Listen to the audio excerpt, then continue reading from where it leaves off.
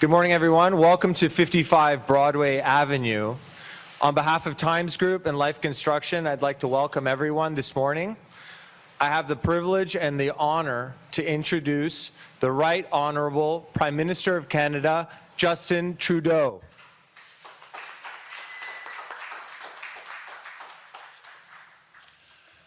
Thank you, Hassan, for that introduction. Sean Fraser, great to be here with you, and thank you for all your leadership in helping us tackle the housing crisis. Great to be here with so many caucus members, too. Ministers Gary Anandasangari and Yara Sachs, MPs Julie DeBrusen, James Maloney, and Julie Zarowitz. Mayor Chow, Olivia, it is such a pleasure to be back here with you today. Thank you for having us here in Toronto. Your city is experiencing the housing crisis in a very real way. You need a real plan to build more housing so that people can afford good places to live, so this city can continue to grow and thrive. But before I begin, I want to address the devastating news we woke up to about the earthquake in Taiwan. Canada stands ready to provide support and have reached out to Taiwanese officials. We're also engaging to make sure affected Canadians have the support they need. Je veux prendre un moment pour dire que nos pensées sont avec les gens affectés par le tremblement de terre qui a frappé Taïwan. Le Canada est prêt à apporter son soutien et on a pris contact avec les autorités taïwanaises. On s'engage aussi à faire en sorte que les Canadiens touchés aient le soutien nécessaire. So our budget this year is about building an economy that is fair for everyone. And one of the things that really doesn't feel very fair these days is the price of housing. It used to be that if you worked hard at a good job, you could afford a roof over your head. Après des décennies de manque d'investissement et d'inaction de la part de tous les niveaux de gouvernement, la classe moyenne a l'impression que c'est impossible d'avoir un bon logement abordable. C'est une situation inacceptable. Il faut que ça change et le meilleur moyen de faire baisser les prix est de construire plus de logements. That's why our government is stepping up to build homes faster than we have in generations. As a federal government, we've been taking leadership and making those generational investments to incentivize and support more supply. Housing gets built when every order of government steps up and our private sector and nonprofit partners have the right incentives to get shovels in the ground. Well, today, we're announcing that upcoming Budget 2024 will invest in a new initiative we're calling Canada Builds. Canada Builds is going to turbocharge affordable apartment construction in partnership with provinces and territories. It'll provide low-cost loans, help speed up development, and build projects at the scale necessary to meet the urgent needs of Canadians. Let me walk through the details.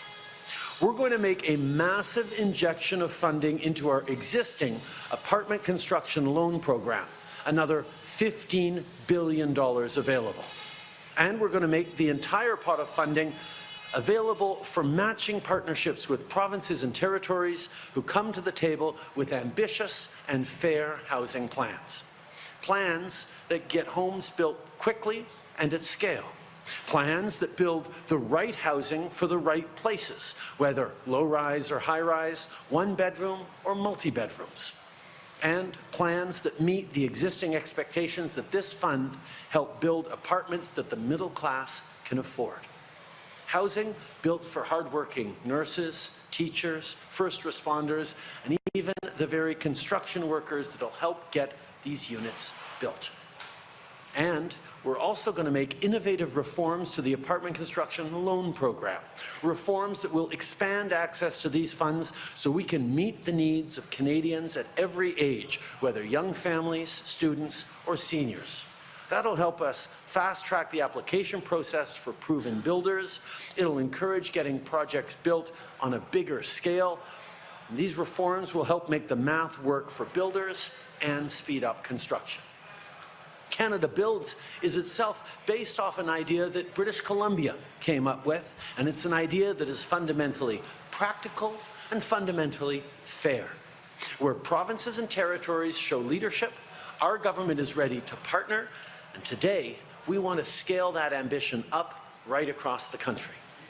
Aujourd'hui, on annonce l'initiative Bâtir au Canada, qui va permettre de construire des logements abordables d'un bout à l'autre du pays. L'initiative va aider des partenaires à construire plus de logements locatifs, des partenaires comme des gouvernements, des constructeurs, des promoteurs et des organisations sans but lucratif.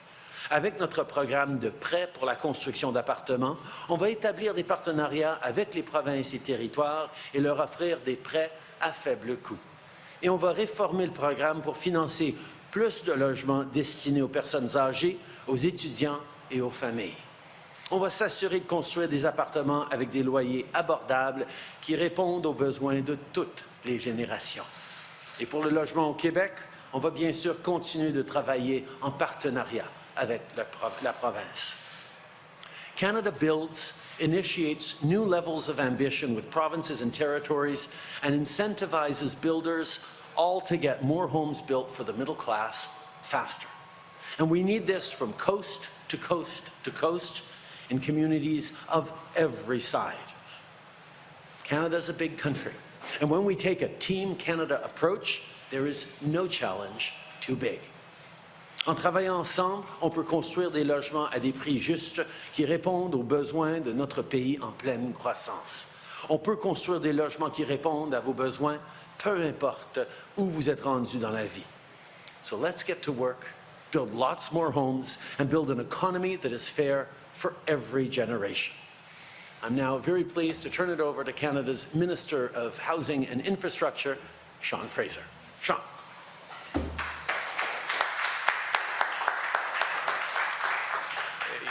Bonjour et bienvenue tout le monde. C'est un plaisir d'être ici. Alors, chers collègues, bienvenue aussi. Et Mayor Chow, it's wonderful to be with you here today. But I want to start by saying thank you, Hassam and to the company for allowing us not just to be here today, but for the work that you're doing to contribute a solution to the housing crisis that we're experiencing across Canada and particularly here in Toronto. I had the opportunity to chat with some of the family members behind the company who are behind this project. And over the past 4 decades, they've been doing incredible work to build thousands of homes for residents. So to the family, to those who helped found this company, thank you for your contribution to Canada. It's so sincerely appreciated. We are living in a housing crisis, and it's revealing itself in a number of ways that are very human when you talk to the people who are going without adequate housing. We're seeing a generation of young people who are priced out of the market and are not focused on whether they can afford that dream home, but whether they can maintain the place that they're renting today. Too many people are finding it difficult to actually find a place to live in the community where their grandkids are being raised. And when we price people out of the market, it's not just the individuals who suffer as a result, it's an entire community. It can be an entire country. Think about a young professional who's got an opportunity when they finish school to move to Toronto to get that first job in their field of choice. If they can't find a place to live and choose to move elsewhere, their talents and contributions impact the well-being of the entire city, particularly when this trend is repeated over and over. Now, after we formed government in 2015, we had a unique focus on addressing affordable housing, given that there was 3 decades with a lack of appropriate investment. But since the pandemic, we've seen that the housing crisis is impacting a lot more than just low-income families in Canada.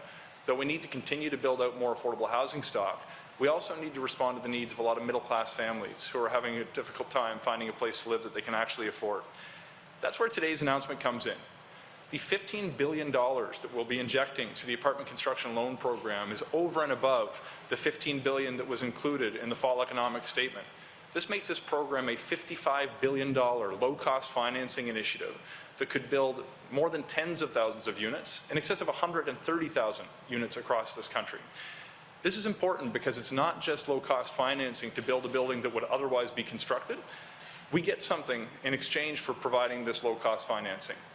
Builders who use the apartment construction loan program commit to certain affordability requirements to ensure that a proportion of the units are actually accessible to people who are earning the median income in a given housing market. This is important because, as the Prime Minister said so eloquently, if you're teaching or working as a first responder, you should be able to afford a place to live in the community where you work. If you're working as a nurse and we're taking care of people who live in your community, you should be able to afford a place to live nearby. And the people who actually work in construction to build these homes for Canadians should be able to afford one themselves. The apartment construction loan program creates an opportunity to achieve that outcome, to create more homes for the middle class right across the country. Now, in addition to injecting cash into the program, There's important eligibility requirements that are being shifted to make it easier to build more homes faster. The kinds of things that we'll be doing going forward are going to extend the terms of the loan to reduce the potential monthly costs for home builders. We're going to be looking at expanding eligibility as we have first for student residences and now to expand it potentially for more seniors apartments as well. We're going to be adopting a portfolio approach that will allow builders who are frequent users of the program to have streamlined access to the program and have flexibility in the eligibility requirements, because if you're building 5 projects and you're familiar to CMHC, you shouldn't need to apply 5 different times. By adopting a portfolio approach, we can get more done more quickly with builders who have a history of delivering on the program to date. But in addition to the apartment construction loan program, I'm particularly excited about the opportunity that Canada Builds represents. What we can do when we partner with provinces and territories who agree to match cash, who put land on the table and create other incentives, is we can scale up the output. When we work with provinces and territories to build out more middle-class workforce housing, more student housing, more seniors housing, we have the opportunity to meet local needs in provinces right across the country. Going forward, we're going to be seeking to enter bilateral deals to meet the local priorities of provincial governments who agree to match us in the same manner that the government of British Columbia did. This program is expected to deliver many homes for middle-class Canadians, and it's the kind of thing that will help provide a solution to the housing crisis that's impacting Canada, and it has a unique impact here in Toronto. Before I conclude, it's my honor and privilege to introduce my colleague and friend who's going to share a few words about the impact of this program on the City of Toronto. Mayor Chow, it's a pleasure to be with you. Please join us at the microphone.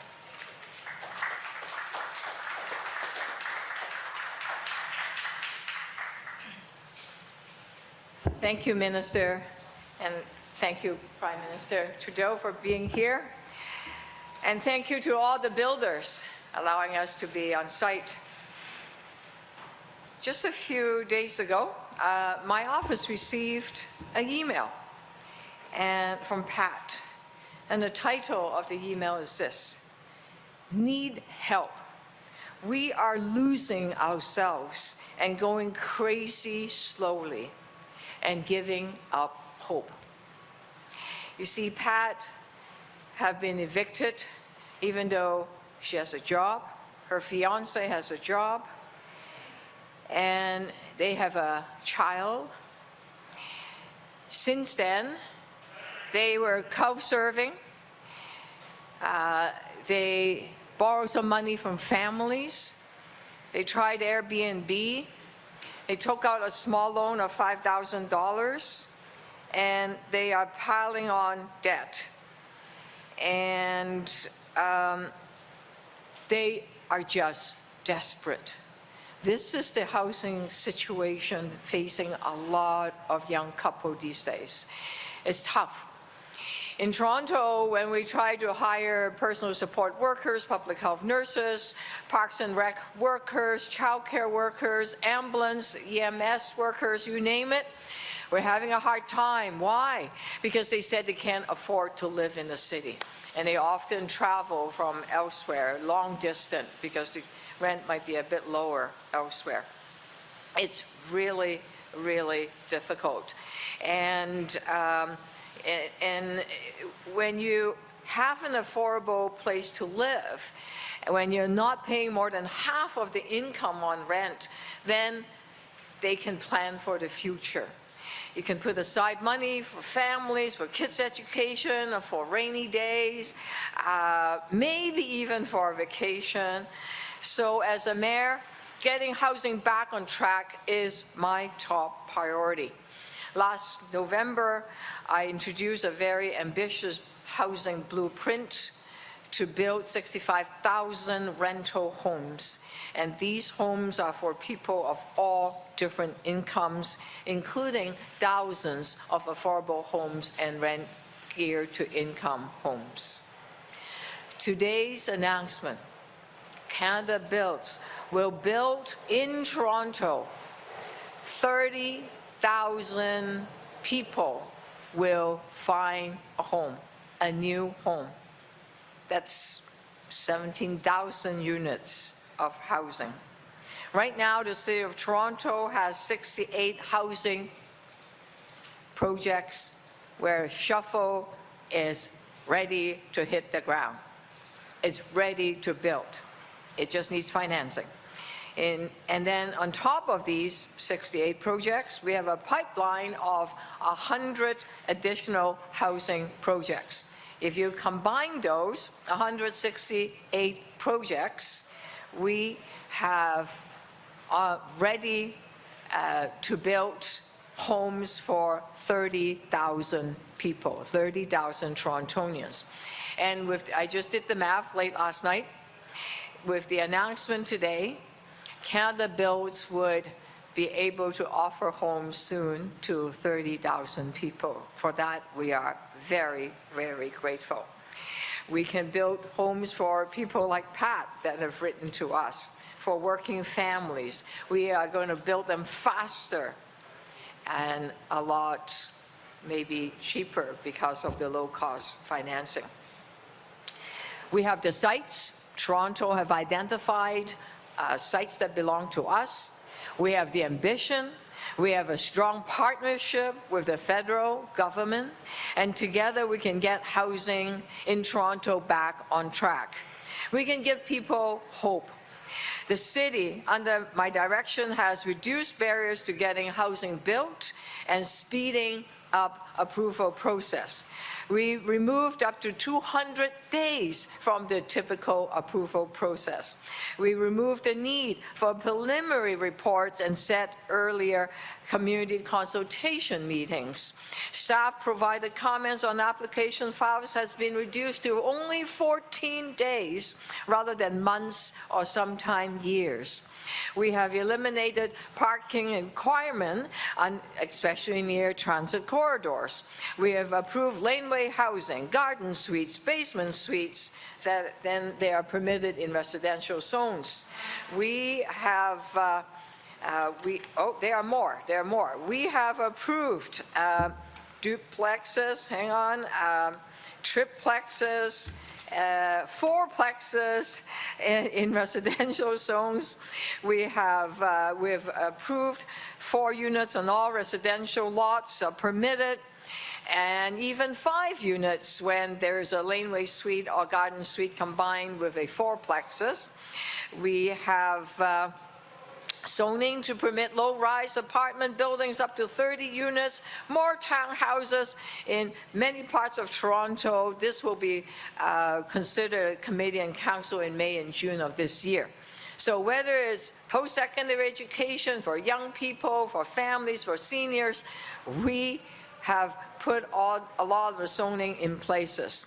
These changes are helping us build more faster, and we are already seeing results. In Toronto, we exceeded our provincial housing targets by 51% of the target. There's much more work we need to do to build more housing and making it affordable. Today's announcement of Canada Builds, coupled with last year, just before the holidays, the Housing Accelerator funds, will make a lot of dreams come true. It will give people hope. For that, we are very grateful to the Prime Minister and his Liberal team that are with us today. Thank you for your announcement. Thank you for your dedication of building housing. Let's continue to work together to deliver more housing for more people faster. Thank you. Chow will now begin the media availability. 1 question, 1 follow-up. First question goes to Global News. Good morning. Prime Minister, you and your members of your cabinet have defended Mr. Dong, saying you believe he did nothing wrong. Yesterday at the public inquiry into foreign interference, an intelligence document was tabled stating that Mr. Dong told Chinese officials that even if the 2 Michaels were released right away, opposition parties would view the PRC's action as evidence a hardline strategy against China works. The document also said Mr. Dong provided advice on what might, quote, help to placate public opinion and provide valuable talking points to the Liberal Party. When did you learn of CSIS's account of these conversations, and does this information change your opinion of Mr. Dong's fitness for caucus? Foreign interference is a real challenge everywhere around the world. We know that certain countries and actors are engaged in trying to disrupt, in attempts to disrupt our institutions, our businesses, our economy, and our electoral processes.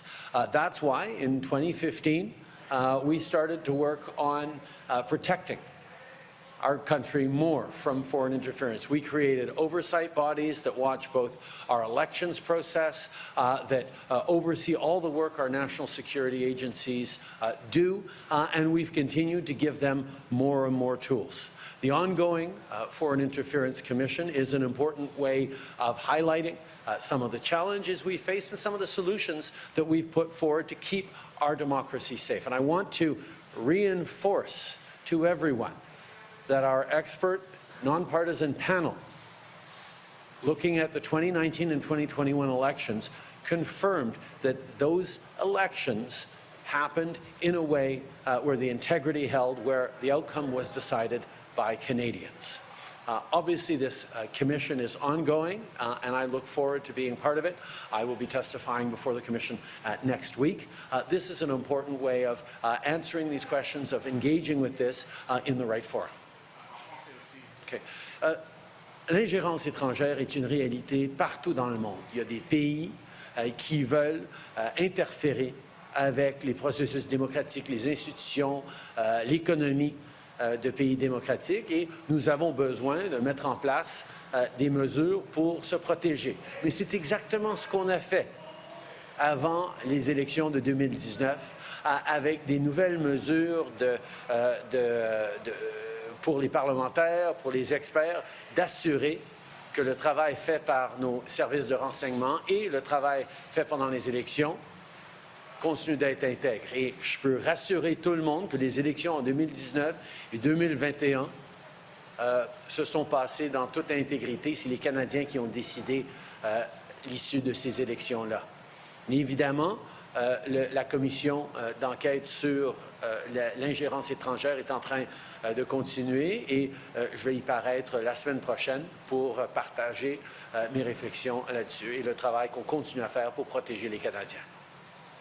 Thank you, but with all due respect, you didn't really answer the question in that, does this information change your opinion of Mr. Dong's fitness for caucus? And also, in light of the testimony and the documents you've heard, will you allow Mr. Dong to return to caucus, and why have you not done so already? Obviously, these are ongoing conversations that need to be taken very seriously, and we are. This commission is an important moment for Canadians and for our institutions to really take stock of everything we've done to keep Canadians safe and look at what more might be needed to be done by our intelligence services to keep the integrity of our democratic institutions and our economy whole. That's why I'm looking forward to participating next week in the Commission's work.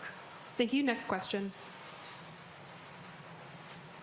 Bonjour, Monsieur Trudeau. Myriam Medaya pour Radio-Canada à Toronto. 3 directeurs de campagne, dont le vôtre, ont déploré avoir été mal outillés par les services de sécurité pour justement faire face à la menace de l'ingérence étrangère lors des 2 dernières élections. Est-ce qu'il faut revoir les façons de faire et partager davantage d'informations pour que cet enjeu soit pris au sérieux?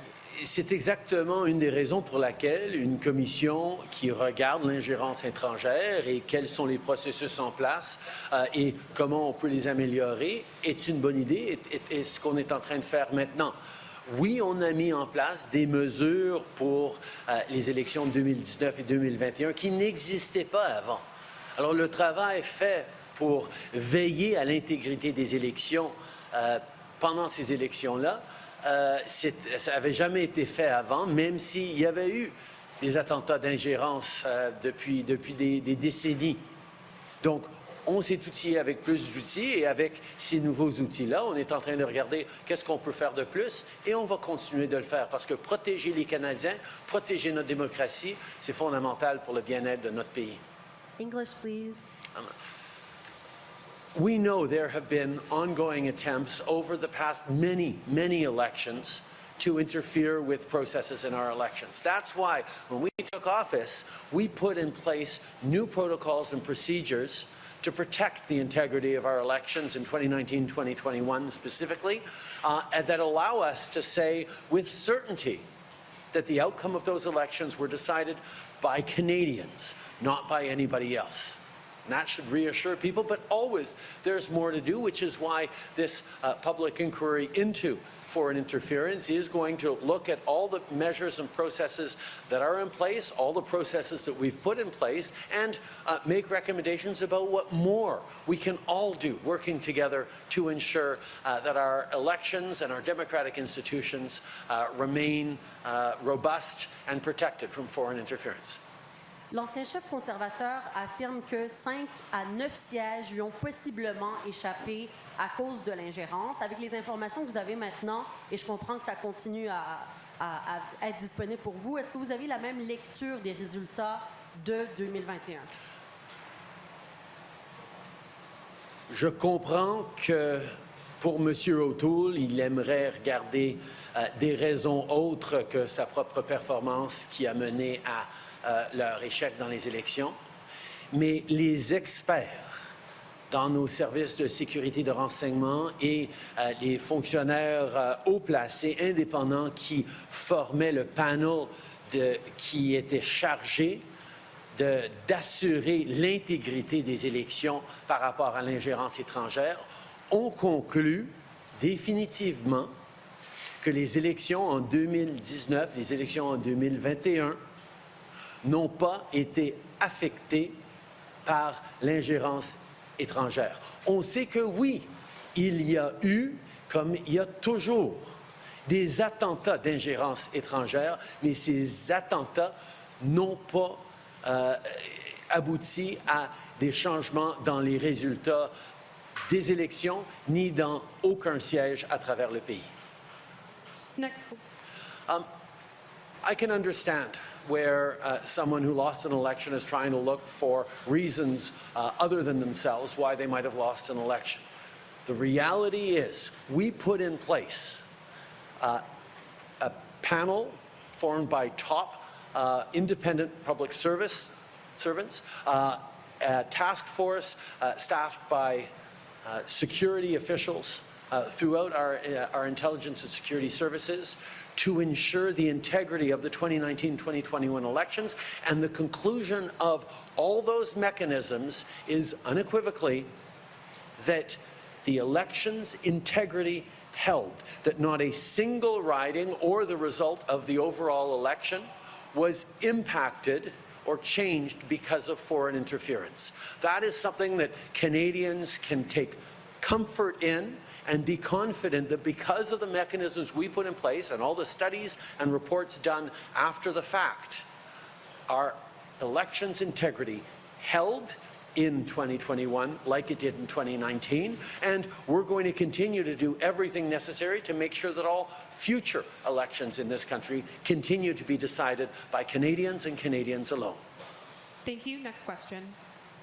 Continuing with the theme, Conservatives at the Foreign Interference Inquiry alleged... Sorry, I can't hear you. Can you speak closer into the mic, please? Conservatives at the Foreign Interference Inquiry alleged that you got more briefings than their leader did about potential foreign interference during the election. They also say the government and security agencies did not take evidence they passed on seriously enough in the days after the vote. Why should Canadians trust that there wasn't a finger on the scale? I think one of the unfortunate things is that this is something that should bring all parties together to work constructively, and unfortunately the Conservatives continue to try and play partisan games with the facts and the issues before us that are very, very seriously. We have independent panels that have put out clear reports on what happened and what didn't happen during those elections, which meaning the election integrity held, and we now have a commission of inquiry that is going through all the various facts. I'm going to trust the Commission to continue to do its work. I look forward to participating next week, and I look forward to the reports of the Commission that will both, I'm certain, reaffirm the integrity of those elections, but also make important recommendations so how we can move forward in a constantly evolving threat environment to keep our elections safe and our democratic institutions safe for the future. Thank you. About today's event, Doug Ford and other premiers have rejected the conditions laid out in the housing announcement. Ford said he won't force municipalities to make fourplexes as of right now. How do you advance your housing plan with this kind of opposition? We've actually moved forward on an extremely ambitious housing plan here in Toronto with the Housing Accelerator that brings in fourplexes, 4 units as of right, and indeed for many, many municipalities right across the country. And we're going to continue, as we said yesterday, to work with those municipalities that want to work with us with $6 billion worth of infrastructure investments to allow more housing to get built. We'd love to do that right across the province, but if the province doesn't want to step up with ambition on building the infrastructure needed to support more housing in general across the province, we'll do it specifically with willing partners. Ideally, we work with the province. If not, I know Olivia has already told me, hey, send the extra money to Toronto. We'll build more homes. We want to keep growing. So this housing initiative and our entire frame on housing is about being as ambitious as we possibly can to support Canadians to get them into affordable homes. There's a lot the federal government can do, and we're doing it. There's a lot the federal government can do working directly with great municipalities like Toronto, from the biggest to the smallest, and we're doing that.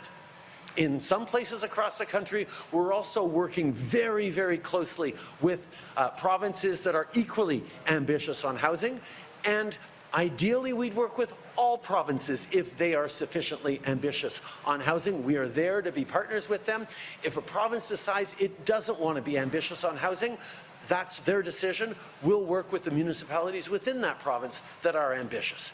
Today's announcement is a great example of that. The BC Builds model, British Columbia put forward a $2 billion investment in affordable housing that we matched with $2 billion from the federal government that is going to unlock massive amounts of affordable housing, especially for, as Sean and I mentioned, the nurses, the teachers, the construction workers, the emergency workers who work in a particular city to be able to live in that city. Now, we're very excited about provincial interest already in matching that program, in unlocking those federal funds so they can build more affordable housing right across the country. We are there to be partners, but we are there to be partners in ambition. That's what Canadians deserve, and that's what we're going to keep doing. Next question. Hi there, Ben Spur from the Toronto Star. This is a question for the mayor, actually. The federal housing funding announced yesterday came with the condition that cities freeze development charges. Provincial legislation that already is going to deprive Toronto of hundreds of millions in development charge revenue over the next decade or so. Can the city afford to forego more of that revenue as a result of the federal conditions yesterday? The provincial Bill 23 that disallowed development charges and Section 37 bonusing plan has cost the City of Toronto about $230 million. Today, the federal government, they are not saying to the City of Toronto that thou shalt not charge development charges. It's saying that do not increase as the level that was set as of yesterday. We were not going to, in some of the other charges, we were not going to increase them. So that's a good explanation. It's not as if we cannot apply the charges. It's just we cannot increase it for 3 years. It's frozen as the level as of yesterday's level. So so it's not as severe as no charges. What we need is, of course, infrastructure funds. And there's an announcement in some infrastructure funds and also transit money. So we await the April 16th budget to look at how much transit funding would be available for municipalities permanently, and how much of the Canada Community Building Fund would be in terms of infrastructure. So all of that would assist the City of Toronto in building housing, especially around the transit corridor. One of the measures that you put in place to help address the housing crisis here is the vacant home tax. We're hearing that there's been some problems with the rollout of that tax, including people mistakenly getting notices. What's going on there? What's the problem, and what are you doing to fix it? Yeah, I know, and also City Councillor understand very clearly the rollout of the vacant home tax is not as desirable as we want. We have a commitment from the city manager that the program will be revamped and will be a lot better in the coming years, starting in 2025.